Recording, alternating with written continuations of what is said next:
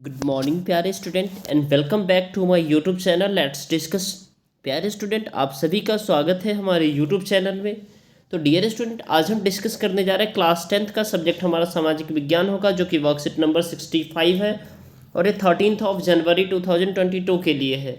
तो आज का जो चैप्टर है बेहद ही इंटरेस्टिंग है डियर स्टूडेंट, जो राष्ट्रीय अर्थव्यवस्था की जीवन रेखा है क्या क्या है, ठीक है। जिसमें आज हम देखेंगे वायु परिवहन के क्या क्या, यानी एयर मार्ग से आप कैसे यात्रा करते हैं, एयर मार्ग से क्या क्या आप एक जगह से दूसरे जगह ले जाते हैं, ठीक है। बहुत सारे ऐसी बातें हम देखेंगे। तो तीव्रतम यानी जल्दी, आरामदायक, बहुत ही आरामदायक, कंफर्टेबल होता है, वह प्रतिष्ठित परिवहन के साधन है वायु परिवहन, जो कि अच्छा माना जाता है, ठीक है। जितने भी हमारे बड़े नेता वगैरह होते हैं, ठीक है, और बड़े जो बिग पर्सनालिटी होते हैं, ये सारे वायु परिवहन का ज़्यादा यूज़ करते हैं, ठीक है। अति दुर्गम स्थान जैसे ऊंचे पर्वत, मरुस्थल, घने जंगल व लंबे समुद्री रास्तों को भी पार करने के लिए वायु परिवहन काफ़ी इम्पोर्टेंट है, ठीक है। देश के उत्तरी पूर्वी राज्यों के लिए काफ़ी सहायतापूर्ण है जो वायु परिवहन। और सन 1953 में वायु परिवहन का राष्ट्रीयकरण किया गया, यानी 1953 में जो है ना वायु परिवहन का क्या किया गया, राष्ट्रीयकरण किया गया, ठीक है। यानी इसके अंदर क्या हुआ, जो मतलब पूरे देश में तो चलेगा ही चलेगा, साथ साथ में विदेशों में भी जाएगा, ठीक है। एयर इंडिया जिसमें अंतर्राष्ट्रीय वायु सेवाएं हैं, जबकि इंडियन एयरलाइंस घरेलू वायु सेवाएं, यानी एयर इंडिया जो है ना क्या है, एक देश से दूसरे देश में अगर जाना चाहते हैं, जैसे आप इंडिया से पाकिस्तान जाना चाहते हैं, इंडिया से आप चाइना जाना चाहते हैं, नेपाल जाना चाहते हैं, या फिर कह सकते हैं इंडिया से आप जो है ना, नेपाल तो बाई बस से भी जा सकते हैं, लेकिन अगर आप इंग्लैंड जाना चाहते हैं, यूएसए जाना चाहते हैं, तो आप एयर इंडिया का प्रयोग करेंगे, ठीक है। जबकि इंडियन एयरलाइंस घरेलू वायु सेवाएं प्रदान, यानी डोमेस्टिक फ्लाइट जिसको कहते हैं, एक राज्य से दूसरे राज्य जाते हैं, ठीक है। जैसे आपको पटना से दिल्ली आना है, दिल्ली से जयपुर जाना है, तो आप एयर इंडिया का एयर यानी इंडियन एयरलाइंस का यूज कर सकते हैं, ठीक है। प्राकृतिक आपदा के समय राहत पहुंचाने के लिए भी एयरलाइंस का यानी इंडियन एयरलाइंस का बहुत ज़्यादा उपयोग है। तो ये बहुत ही इंपॉर्टेंट पॉइंट है डियर स्टूडेंट, इसे समझना आपको लिए, ठीक है। इसकी समस्या क्या है, ये महंगा होता है, यानी ये काफ़ी आसान नहीं है इसे आपको जो है ना इसका उपयोग करना, ये महंगा होता है और मौसम परिवर्तन पर निर्भर करता है, यानी मौसम की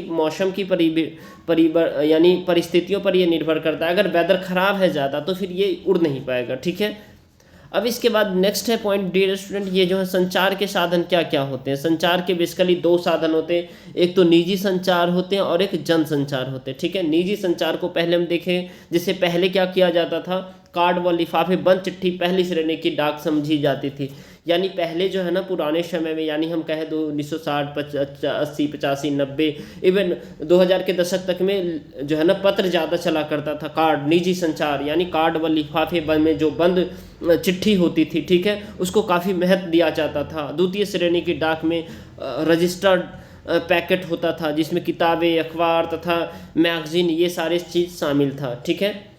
और बड़े शहरों व नगरों में डाक सेवाएं थी, जैसे संचार में शीघ्रता हेतु हाल ही में 6 डाक मार्ग बनाए गए हैं। यानी संचार में जो है ना क्या किया गया था, शीघ्रता यानी जल्दी पहुंचे संदेश एक जगह से दूसरी जगह, इसके लिए 6 डाक मार्ग बनाए गए थे, ठीक है। दूर संचार के लिए क्षेत्र में क्या कि भारत एशिया महाद्वीप में अग्रणी है, यानी दूर संचार के क्षेत्र में भारत जो है ना एशिया में सबसे ज़्यादा नंबर 1 पे है, ठीक है। पूरे एशिया महादेश में, एशिया में जो कि 48 कंट्री आते हैं, ठीक है। अब देखिए इसमें आप देख पाओगे जनसंचार के साधन क्या क्या थे।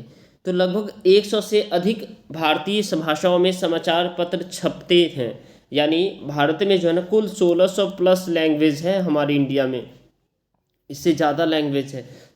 तो हमारे जो इंडिया में जो भाषाएं हैं वो 100 से ज़्यादा भाषाओं में क्या करते थे, न्यूज़पेपर मैगजीन छपते थे, ठीक है। मनोरंजन के बहुत से राष्ट्रीय कार्यक्रम व नीतियों के विषय में जानकारी देते थे, और भारत व विदेशी फिल्मों को प्रमाणित करने के लिए, और भारत और विदेशी फिल्मों को जो है ना क्या करने के लिए, सर्टिफाई करने के लिए जो है ना केंद्रीय फिल्म प्रमाणन बोर्ड है, यानी केंद्रीय यानी सेंसर बोर्ड है ना, जो मतलब क्या करते हैं, भारत में जो भी फिल्म चलेगी वो उनसे परमिशन लेनी पड़ेगी, ठीक है।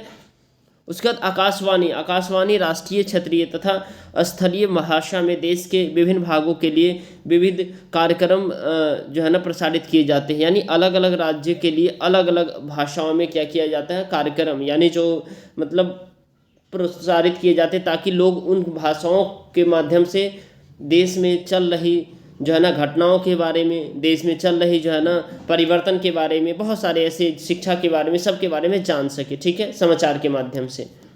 अब इसमें डियर स्टूडेंट बेहद ही आसान से 2 प्रश्न दिए गए हैं। संचार के साधन के महत्व को बताना है, ठीक है, और वायु परिवहन की प्रमुख समस्याओं का वर्णन करना है। तो वायु परिवहन की प्रमुख समस्या आप यहाँ देखिए, ये रहा आपका, ये महंगा है और मौसमी परिवर्तन पर, परिस्थितियों पर निर्भर करता है। और ये संचार के साधन, ये आप लिख लीजिए, संचार के साधन ये सारे लिख सकते, बहुत सारे लिख सकते हैं। चलिए इसके आंसर को देख लेते। तो पहला प्रश्न है, संचार के साधनों का महत्व बताइए। तो समय की बचत होती है। संचार के साधन, आधुनिक साधनों के माध्यम हम अपने संदेश तुरंत पहुंचा सकते हैं, इससे समय की बचत होती है, धन की बचत होती है, घर बैठे ही कई कार्य निपटा लेते हैं, इससे धन की बचत होती है। वैश्वीकरण में सहायता होता है, यानी एक देश दूसरे देश से जुड़ता है तो संचार के माध्यम से ही जुड़ता है। ठीक है, व्यापार के विस्तार में और शिक्षा के अवसर में। ठीक है, बहुत सारे आप लिख सकते हो। वायु परिवहन की समस्याओं, तो वायु परिवहन सबसे महंगा परिवहन का साधन है, जो कि आम लोगों की जेब से बहुत दूर है। ठीक है, या पहुंच से दूर है। खराब मौसम में वायु परिवहन का प्रयोग सीमित हो जाता है और वायु परिवहन की सुविधा हर जगह उपलब्ध नहीं है। लगता है ये वीडियो आपके लिए हेल्पफुल है, तो इसे जरूर लाइक करें। चैनल पे नए हैं तो चैनल को सब्सक्राइब करके वीडियो को शेयर कर दे। ठीक है डियर स्टूडेंट, तो फिर मिलते हैं अगले अपडेट के साथ। तब तक के लिए bye bye, take care, have a nice day.